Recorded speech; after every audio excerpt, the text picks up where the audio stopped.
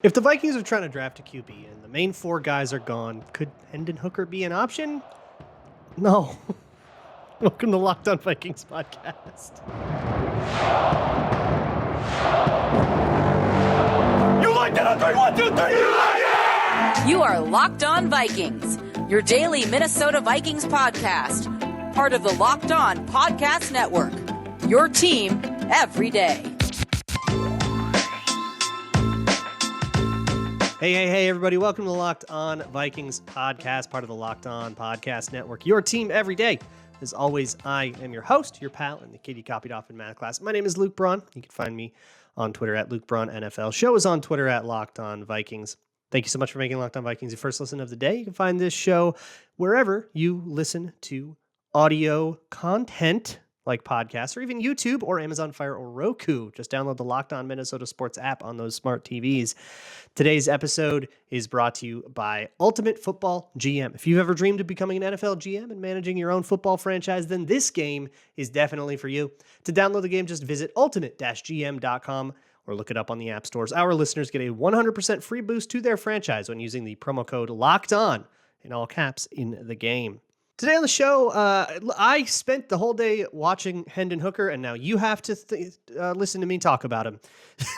That's where we're going with this.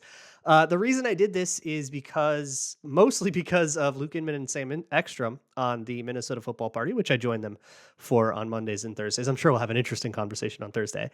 But Inman has been singing the praises of Hendon Hooker like this whole offseason. I hadn't really looked into him, and I thought, all right, he's been saying this enough. Let's see what all the fuss is about.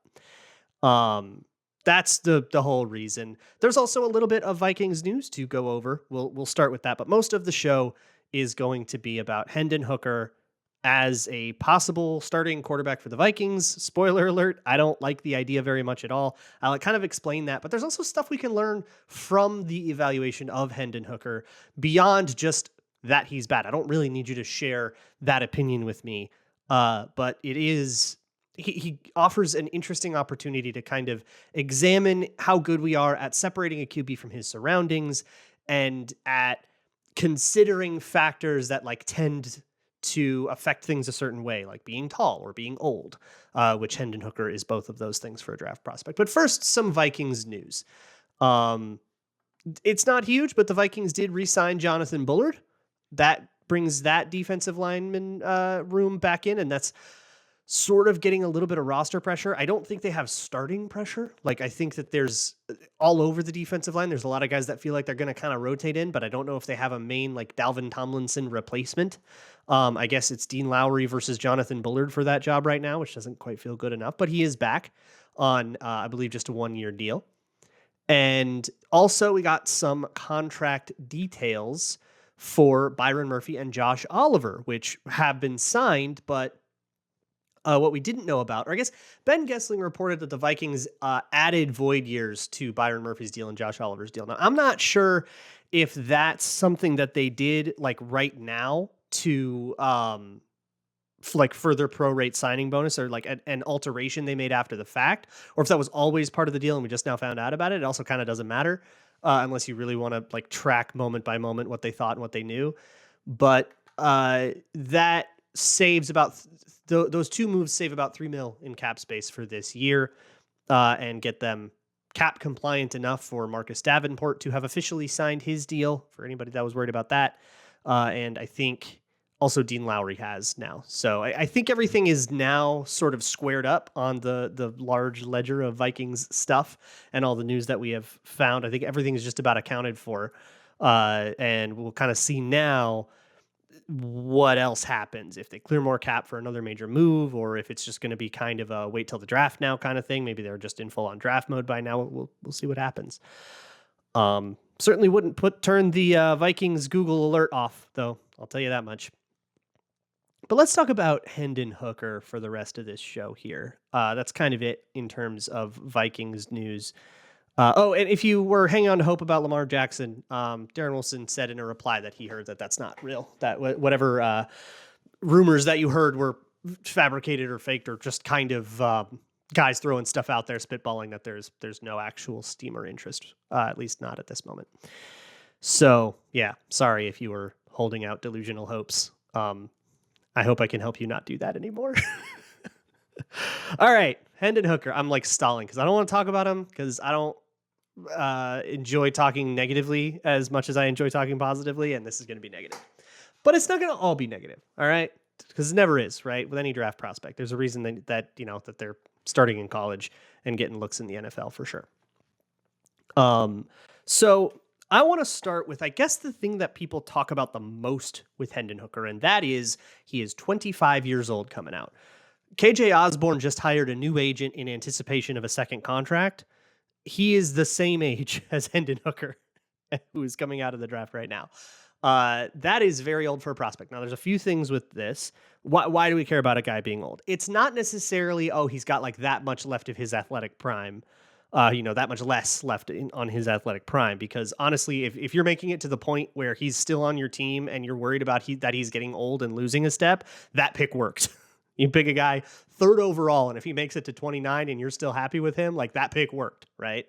Or to put it like a more directly like cost benefit way, the only scenarios where you care about that are scenarios where he is already well satisfied the threshold of like met the expectations for a first round pick. But really, it's that, hey, if you are the only 25-year-old in college and you're beating up on a bunch of 19-year-olds and you weren't good until you were beating up on a bunch of 19-year-olds, you might not actually be good. You might just have been beating up on 19-year-olds and that won't translate to the NFL. There is kind of that idea of that logic. And then, of course, there's also some like athleticism adjustments to make, right? If somebody is 19 and they test really well at the combine, there's actually still a good chance that they're still growing, that there actually still is like puberty going on. But at 25, the guy is who he is. So there's kind of adjustments to be made there. I think too often when it comes to age, we look at it and we kind of think, oh, well, he's old, therefore he's a bad prospect.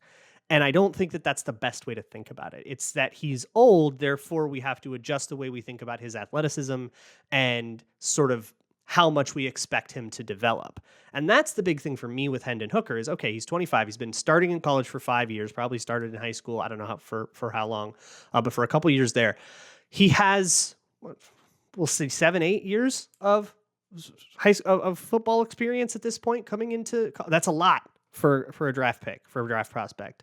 Some of these guys are coming into, Anthony Barr came out of the draft with 2 years of experience at his position, got drafted in the top 10. That's 8 is a lot. 7 or 8 is a lot. And that means that whatever he doesn't have yet, I am hard pressed to project that he will get. Somebody like Anthony Richardson, who's started like 13 games, or like Trey Lance, a couple of years ago, you could kind of say, well, he doesn't know that yet, but he's also only played so many games. So we can sort of project that as he gets more experience, other things will come. But Hendon Hooker has the experience, and what are you going to learn in year 7 that you couldn't learn in the first 6 years? The answer to that question is going to be a much shorter list than year 2 that you couldn't learn in year 1, if that makes sense. So that's the thing that I want to care about with age. And then the other part of it is that he's a COVID kid. The 2020 season was canceled for a bunch of college kids. 2021 was weird for a bunch of college kids. They had extra eligibility. We are just in a world where draft prospects are coming out a little older right now. Usually with older prospects, if they're a 5-year college player, you kind of go, okay, well, you were eligible for 2 years. Why didn't you declare? Were you hurt? Were you bad and hoping that you could maybe get your stock up? Did you improve like you thought you were gonna? Or was this just sort of you hoping that you would look a little better when you were 25 beating up on 19-year-olds? But with COVID, it's very clear why they didn't declare, right? A lot of kids just didn't declare. 2021, if you remember, was a very thin draft class just by pure volume. There just were a lot less college prospects. Well, the kids that would have gone then are kind of coming out last year and this year. We're sort of in that window. So guys are going to be older, and we just have to be a little bit more forgiving of that, I think. So the fact that Hendon Hooker is old is not my chief problem with him. It is context, and it does contextualize a lot of the stuff in my evaluation, which I will get to. But it's not I don't mind it. If he were a good quarterback, but he was old, I probably would be able to put the old thing aside and say, yeah, but he can play. But that is not the case that I find. And I'll tell you why right after I tell you about FanDuel. If you are looking to gamble, especially as March Madness, we're heading into the round of 16. Both the men's and the women's, I believe, are set now. So we're ready for the big stuff. If you want to gamble on that, you could gamble on the XFL, which I've been having lots of fun doing. Battlehawks minus 3.5 looks real tasty this weekend. You can go to America's #1 sportsbook. That, of course, is FanDuel. At FanDuel, if you are new, you can get a no sweat first bet. Up to $1,000 in bonus bets back if your first bet doesn't win. If you suffer a horrific bad beat or whatever, you can still get some bonus bets back. To do that, you got to be new to FanDuel and you got to go to FanDuel.com/locked-on. You can download the FanDuel Sportsbook app as well. It's safe, secure, super easy to use, and bet on whatever, from moneyline, point scores, whatever sport. You can mash it all together in big parlays, try to get a better payout too. Once again, don't miss that chance to get your no sweat first bet up to $1,000 in bonus bets when you go to FanDuel.com/locked-on. That's FanDuel.com/locked-on to learn more. Make every moment more with FanDuel, official sports betting partner of the NBA. Thanks so much for making Locked On Vikings your first listen of the day. If you like a little bit of QB talk, you can go to patreon.com/LukeBraunNFL. Just posted a big, long video on Will Levis. And actually, I have a Hendon Hooker one coming out maybe today, maybe tomorrow. I'll see how I feel. That sort of complements this podcast and gives you the actual film. This is mostly a podcast. And if you're watching on YouTube, I can't put film on YouTube. So that will be a source for that. And so I recommend you kind of listen to it as a companion piece. But let's get into more of the eval with Hendon Hooker. Like, I get the age thing and all that, but okay, so can he play? So here's the good things about Hendon Hooker that I think are worth getting excited about if you do get him. And like, I'm not going to be one of those people that just like hates on the guy endlessly. So here's some good stuff. He is pretty rhythmic. I think with a lot of the rhythm plays when he's in a rhythm, you can really see it in the Alabama game where he scored 5 touchdowns. And the Alabama game was really interesting because Tennessee just clearly found a way to attack the inside safeties, kind of attack like the middle defenders, whoever was covering the number 2, whoever was the middle of the field defender. They just really found a good way to get like basics and digs and skinny posts and stuff up. It kind of looked like watching a team play against the 2022 Vikings defense a little bit. And so there was a lot of, it's a lot of shotgun play action. Set your feet up and throw. And whether that's a slant or a stupid little screen or something, a lot of it is rhythm and timing based. And somebody called it like super spread. I think it was Matt Fries called it super spread, which I really like, where you're sort of pre-snap picking a side of the field and then executing a read on that side of the field, depending on if you get like a man or zone indicator or whatever. Which is not unlike what the Vikings did with like Case Keenum in 2017 to great effect. And what it means is you get this really polished sense of timing and rhythm. And the footwork and the mechanics are really, really clean and really stable.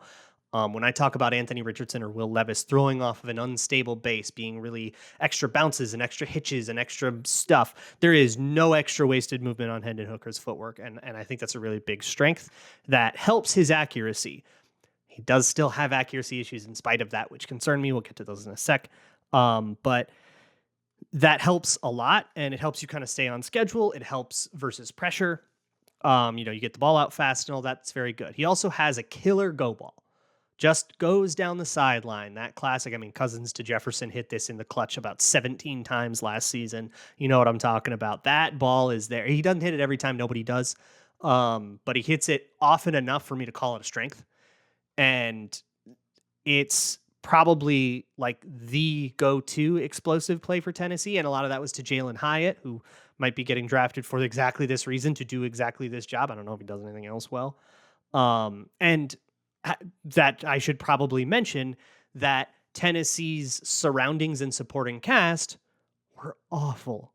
I mean, truly mind-numbingly awful. The receivers, with the exception of Hyatt most of the time, were not doing him any favors, dropping things, running routes poorly, spacing themselves poorly, taking angles that make it harder on the quarterback, just not helping him at all. The offensive line got beat a bunch. The running backs in particular were dreadful in pass protection. I mean, truly, just mind-numbing idiots in pass protection. I'm sorry if the Tennessee running backs listen to this, but man, I'm sure their coaches had much meaner things to say to them than I do. because there are some real bad lowlights of them just getting their quarterback lit up. So he didn't get a lot of help, and that Tennessee scheme, if he does have a lot of talent, that would be a reason that we wouldn't see it. So if you want to say, okay, Hendon Hooker is actually this really great quarterback, and we just didn't see it because Tennessee held him back, there's an argument to be made there. But I don't really believe it, because he's been in the league in college for 5 years, and apparently I didn't watch as much 2021, but apparently it was even more simplified. There were even more of those half field reads. And you can tell, like, backside receivers, when they see that he's not reading their side of the field, they let up on the route. They're like, yeah, now we're just decoys. We don't care. Or I shouldn't say don't care. They're conserving energy. And that's actually a coaching point, right? And, maybe they're just doing that so that the receivers can conserve energy. Maybe it doesn't have anything to do with Hendon Hooker, but I don't know. That feels like giving him a lot of benefit of the doubt. And a lot more than I think he's earned, because when they aren't letting up, it's really uncomfortable, you can tell, for Hendon Hooker to go to the other side of a read, to read something full field across the whole progression, like a 1, 2, 3, 4, 5. And you'd think you'd see it some. So I am very concerned about that. And I'll see stuff like when the initial progression isn't there. Like, I'll see him, you'll run a flood on one side of the field and you can see him go, okay, long, medium to short. That's 1, 2, 3 of a read. So that's a progression. You can see him go through it, but it's one side of the field. When that isn't there, if the other team floods the coverage properly or whatever, I'm not seeing him get to checkdowns. I'm not seeing him really go through and understand, all right, if this is not there, then this will be. There's a lot of, okay, that's not there, I'm taking off. And when he takes off, his eyes go down, and now it's a punt return. It's no longer a passing play. Even at times when he's still behind the line of scrimmage and there's a receiver working back to him, and he could totally just let up and throw, or even throw on the run, which I think he has an underrated ability to do. We didn't see it a lot because he didn't attempt it a lot, but every time he did do it, like, I don't know, he hit a lot of those, and I thought it looked like a skill that he had and maybe could utilize more. So I think it might be a little underrated that he can do that, but he can throw on the run. And so it's frustrating to see him not do it when there's an opportunity to. I mean, look, he won't be the first quarterback in this class I've called a one-read quarterback, but to me, he seems like a one-read quarterback, or one progression quarterback, right? Because, reading slant flat is one read, even though you could throw it to two different guys. That's one read. But it's kind of one, and then I'm running, and then I'm pulling the ball and I'm trying to make something happen. And he can run. That's another big strength of his, the option stuff. There were sweeps in the red zone. Tennessee did all kinds of stuff with Hendon Hooker's legs that were pretty sick. And you could absolutely put that into your offense. And I think if you're starting Hendon Hooker, you'd be an idiot not to put that in your offense. I think that stuff rules. And he can scramble and, convert a 3rd and long, just like in improv mode. But he's not scrambling. He's never rescuing a pocket. You want to see a quarterback rescue a pocket, watch Bryce Young. Bryce Young's amazing at that. Okay, the angle isn't quite what I need. I'm just going to reset a little bit, but he won't leave the pocket until he has to, because he wants to stay in that pocket. That's part of what makes him, the 1 or 2 overall pick. And Hendon Hooker, a guy we're going, should he be, a second rounder or not? I do not see a comfort in, in the pocket when the pocket isn't there. And sometimes you'll see him bail on a perfectly clean pocket just because enough time has gone by where he feels like he should. And that sort of thing is the kind of thing you do when you don't have pocket awareness. And why don't you have pocket awareness when you've been starting in college for 5 years? This is where the age starts to kind of factor in, where I go, okay, I should see you be less raw than this by now. And I don't think if you haven't gotten less raw than this, I am well within my rights to question if you ever will be. That's where I'm at with Hendon Hooker. There's also the accuracy stuff, and then I think a greater conversation of, okay, well, what would I take him at? And so I want to make sure that this isn't, again, just like a hate show. I want to tell you, okay, this is what I would support. I wouldn't take him in the 1st, but what about the 7th? Like, of course, right? So where do I actually draw the line? But speaking of drawing lines and then connecting them into draw new lines, that's a bracket. It's built March Madness. All right. It's March, and that means it's bracket fever, baby. And Built Bar is, of course, doing their own bracket. Whenever we talk about it in the Locked On group, chat with all the Locked On hosts, anytime Built Bar gets brought up, it inevitably devolves into fisticuffs over which flavor is better. So let's just settle this with Built March Madness. So go to builtmarchmadness.com. You can vote for your favorite flavor, whether it's cookies and cream. Coconut brownie chunk is, I think, always a heavy favorite. Whatever it is, vote for your favorite bar or puff.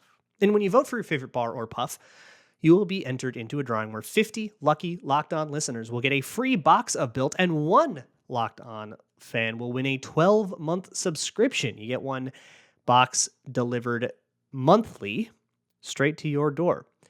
You got to try it. It's covered in 100% chocolate, tastes like a candy bar, absolutely delicious, but low sugar, low fat, low calorie, chock full of protein. It's cheating. It's just cheating, but you don't have to have a cheat day to do it. So go to builtmarchmadness.com, hop in, and support your pick. So of all the things that I've mentioned so far, if the evaluation ended there, I would be... You maybe could talk me into Hendon Hooker, but it doesn't. I think that there is a genuine problem that he has going through progressions, and at best, giving him the most benefit of the doubt, he can go through progressions, but we just haven't seen it because of his offenses. And so at best, it's an unknown, right? At best, well, we don't really know if he can or can't, and we have to treat that as a question mark. That is the most charitable thing we can do because we haven't seen him really have that skill set. And that's all we have, right? All we have is a tape, and the tape doesn't show that skill set. But the accuracy issues are maddening. And again, considering the age, I have a really hard time expecting them to get better. And that's the key difference between him and somebody like Anthony Richardson or Will Levis, where I can see a world where that gets better for those guys.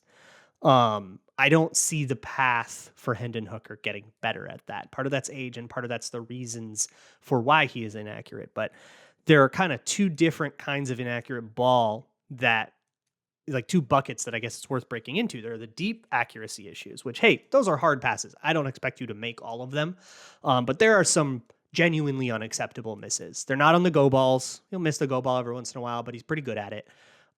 It's up the seam and on a skinny post or on just a seam route, just a middle search route, or just a go get him kind of thing, a special.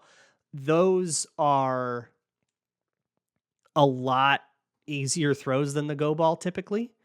But not for everybody, right? Some quarterbacks will say, no, I always had a harder time going straight up because when I had the sideline, it kind of helped me orient myself, or sometimes it's just a feel thing. But he does not have that feel. He sails that puppy a lot, like way too often. And look, you could probably dunk on me. You could post that clip, say, oh, he sails them all the time, and then post a whole bunch of highlights of him hitting that ball. He can hit that ball, but I could respond with a bunch of lowlights of him missing it. And that's the problem is consistency. He's not consistently hitting it. There's also like the turkey hole shot, or the honey hole shot, some people call it, which is the throw with a corner underneath on the sideline and a safety coming from over the top, and you kind of have to hit it in that corner throw. There's a really, really bad miss versus Alabama on a similar throw. It's versus cover 3, but kind of and the corner falls down. So kind of same idea. The geometry is the same, and the safety is coming from further away. So it actually technically should be easier. Totally overthrows it. They go long and they go high on him a lot more than anything else. I wonder if he's just maybe throwing really tall. He doesn't really bend his knees a lot. Maybe he doesn't get the torque he should get, but I don't, because a lot of quarterbacks throw that way and it's fine. Like a lot of quarterbacks just get away with it. But his feet are, again, planted firmly in the ground. His mechanics on these throws are good. Super possible that there is just a mechanical issue that somebody who is smarter than me can find that I can't find. I am perfectly willing to accept that. I would love to accept that because, I want these players to work out way more than I want them not to. So I would love to be wrong about that, but it seems like it's not a mechanical issue to me. It seems like it's this sounds so nebulous, and I'm like hesitant to say it. It seems like it's a feel issue. It's like he just does not have a feel for it. And if you don't have a feel for it by now, you're not going to get a feel for it in 2 more years, right? You've been playing in college for 5. A year sitting behind Kirk Cousins is not going to give you a feel for this. So I don't see it as something that I really expect to get better. But what really bugs me, like, look, if you don't have the deep accuracy, whatever, like some guys in the NFL don't either. Like, again, it's something maybe we can work around. But too often, way too often, I didn't watch every game, but I watched enough. He's missing on quick game, man.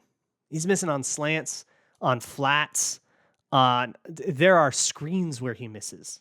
Like, and I'm not talking, backpedaling, back foot, half back slip kind of stuff. No, I'm talking about smoke screens. I'm talking about the kind of thing you install day one, the kind of thing you can practice in shorts till the cows come home, and he's worm burning them like he's Donovan McNabb 2011.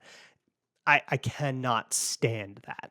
That just puts me right off a guy. And I was watching the LSU game, Tennessee versus LSU. And I got to about the end of the first quarter, somewhere around there, and there was just a quick tunnel screen, or just a quick wide receiver screen, maybe a bubble screen. I don't know, whatever you call it. Wide receiver takes one step back, ready with the ball, right? And he throws it to the dude's ankle and a yard wide. Dude wasn't trying to lead him. It's a totally static target. This is standing there and hitting a dummy. This was the like at the Pro Bowl, they had the throwing contest. This is the 1.1 where and it's not even moving. This is the easiest of easy things. Every quarterback should be able to hit 100 of them in a row. And he is throwing it a yard wide and one hop in it. You just can't have it. And it's one thing, that one got away from me. My hand slipped or whatever. Sure. But he's good for this like regularly enough. And again, I don't know. His mechanics were fine. If anything, he steps a little bit too far outside sometimes. And so he kind of opens his posture. And I think that maybe gets rid of some torque. And then he uses his arm too much. He's got a strong arm. It's certainly not a strength issue. He can hit a 60-yard go ball. He's got that. The arm strength is there, but he's just not consistent. He is not a consistent passer. He's not a full field reader. And he's at a point in his career where he needs to be these things right now. And he's old enough where I don't think he's going to become those things. So that leads me to the sort of wrap up, which is, okay, how do you value that? And the way that I think through that is, okay, what is he as a package? Okay, well, he's a quarterback that has a few throws that we know he can do. We know he can do the rhythm throw, but he might miss some. We know he can do a go ball down the sideline. That's a low percentage throw, but he's pretty good at it. And we know that he can, kind of heave one down and have your fastest guy just go chase it, right? Because he can throw the ball, 65 yards or whatever. Okay. That's your package. What is that? To me, that is a person who needs to improve a little bit to become a backup. If that's my backup quarterback, I can kind of live with it. All right, you got to go in because the real quarterback got hurt. Maybe we can, shoot a goal ball down the sideline and see if he can't make something. Otherwise, I bet he can probably become the kind of guy that, executes a simplified offense and limps you to the end of a game. I can kind of see him succeeding in that role as a backup quarterback. So then the follow-up question is, okay, where do you draft a backup quarterback? Or a guy who maybe needs to learn a little to be a backup quarterback? Because I think to be a don't screw it up kind of backup quarterback, a limp you to the end of the game kind of backup, I think you got to be able to read full field a little bit better. So I think you got to be able to do that, which is like, there's a world where I see Hendon Hooker out of the league in 2 years and it wouldn't surprise me. I'm that low on him. So where do you draft a guy who might be a backup quarterback? Or I will say who is probably good enough to be a backup quarterback, because I don't think he's too far away from being a backup. And I bet with some NFL stuff and getting out of that Tennessee system, I can buy it. So I'll buy in that he's probably good enough to be a backup quarterback. Well, to me, a backup quarterback, because of the value of quarterback generally, is as valuable as a lot of other starting positions. Even if they won't play, just because of how important quarterback is. Like, I would take a backup quarterback around the same spot I would take a starting running back, which is like third or fourth round. Since I'm not 100% sure that Hendon Hooker is a backup quarterback, I'll put him in the fourth. So I have a fourth round grade on Hendon Hooker. If I want to take a late day 3 flyer on someone, I'd rather it be someone who's a little toolsier, a little younger, a little bit more moldable. Hendon Hooker just kind of feels like pie in the sky. And the last thing I'll say about this is I think a lot of the argument, and this is a lot of Inman's argument too on the football party, which I'll respond to if he wants to talk about it. But I think when it comes to, okay, all 4 QBs are off the board. We're sitting at 23. Hendon Hooker's there. What do we do? And you kind of go, well, who's your quarterback if Hendon Hooker isn't? And my answer to that is Kirk Cousins. I would rather have Kirk Cousins on his price tag than spend a first round pick on Hendon Hooker 1,000,000%. I don't see really an upside to sitting him for a year. I think he's the guy he's going to be. I don't think like a year of Devy is going to do him a lot of good. It's just going to make him a year older. And I would rather stick it out with Kirk Cousins than put my faith in this package that's very easy to see the failure points of, and really, really, like, you've got to really squint and thread a lot of needles to find the world where he's actually secretly good and it's just all Tennessee's fault or whatever. You've got to parlay a lot of different outcomes for that to be the case. And I don't want, like, when you're a GM, you get one chance to get a quarterback mostly. If you get to draft a second quarterback as a GM, you have a very forgiving ownership group. Maybe the Vikings do, but okay too, right? For the most part, you can sit there and, wait till you draft your guy for a long time, right? You can sit through a lot of Davis Mills seasons before you get your number 2 overall pick and you get your Bryce Young. But if you go right up and you take a Trubisky just because you got to have a guy, that's you're not going to last as long. That kind of logic of, well, if not him, who are we drafting, right? Well, I don't know. Maybe there are guys I would have over him. I'm pretty low on him. Haven't looked at any of them. So, TBD on that. But if not him, it's Kirk Cousins, and I'd much rather have that. So that's where I'm at on Hendon Hooker. I'm super, super out on him, but hopefully it's still worth talking about him because we can kind of see, all right, like all the stuff I talked about doesn't have a lot to do with his supporting cast. His wide receiver drops a pass, but I can still see that was a good go ball, and he's running back totally beefed it in protection. Okay, I'm not going to hold that one against him, but when the running back doesn't beef it in protection and he's still bailing on the pocket, now I'm going, wait a minute.